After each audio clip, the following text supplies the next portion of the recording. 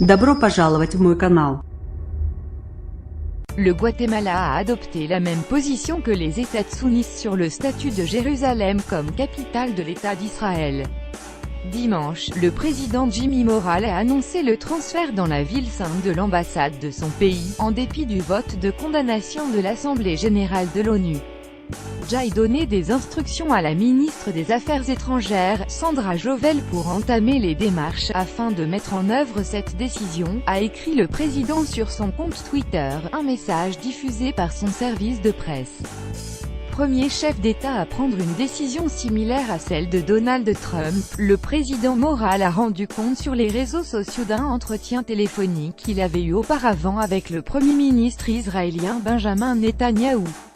Un des thèmes les plus importants de l'entretien avec le Premier ministre israélien a été le retour de l'ambassade du Guatemala à Jérusalem, a fait savoir Jimmy Morales, soulignant les excellentes relations entre les deux pays, depuis que le Guatemala a soutenu la création de l'État d'Israël.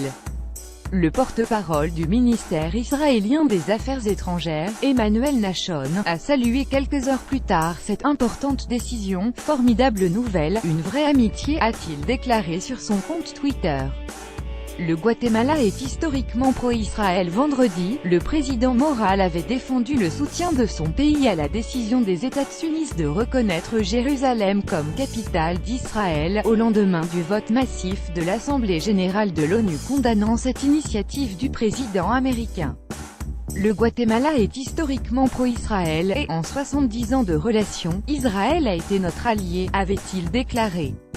Le Guatemala avait voté contre la condamnation de l'ONU, avec le Honduras, le Togo, la Micronésie, Nauru, Palau et les îles Marshall, en plus des États-Unis et d'Israël.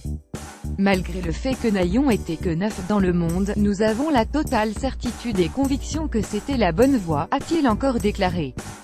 Des 193 pays composant l'Assemblée générale de l'ONU, 128 ont voté la résolution condamnant la décision américaine, dont des pays alliés des États-Unis comme la France et la Grande-Bretagne. Ce vote est une insulte que nous n'oublierons pas, avait lancé l'ambassadrice américaine à l'ONU, Nikki Haley, à ses 14 partenaires du Conseil de sécurité. In fine, le texte n'a pas été adopté, les États-Unis ayant utilisé leur veto de membres permanents. La fête de Noël ternit pour les chrétiens palestiniens. La décision de Donald Trump, le 6 décembre, a provoqué des manifestations quasi quotidiennes dans les territoires occupés par Israël, et ternit la fête de Noël pour les chrétiens palestiniens. La position de l'ONU n'a guère changé depuis des décennies. Elle ne reconnaît pas l'annexion de Jérusalem-Est, qu'elle considère comme territoire occupé, et a déclaré la loi israélienne de 1980 comme étant une violation de la loi internationale. Pour elle, le statut final de Jérusalem doit être négocié entre les parties.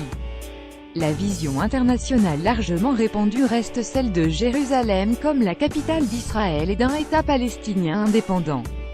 La résolution 478 de l'ONU en 1980 appelait tous les pays ayant une mission diplomatique à Jérusalem à l'aine retirée. 13 pays: Bolivie, Chili, Colombie, Costa Rica, République dominicaine, Équateur, Salvador, Guatemala, Tahiti, Pays-Bas, Panama, Uruguay, Venezuela avaient déménagé leur ambassade à Tel Aviv, où se trouve celle des autres pays.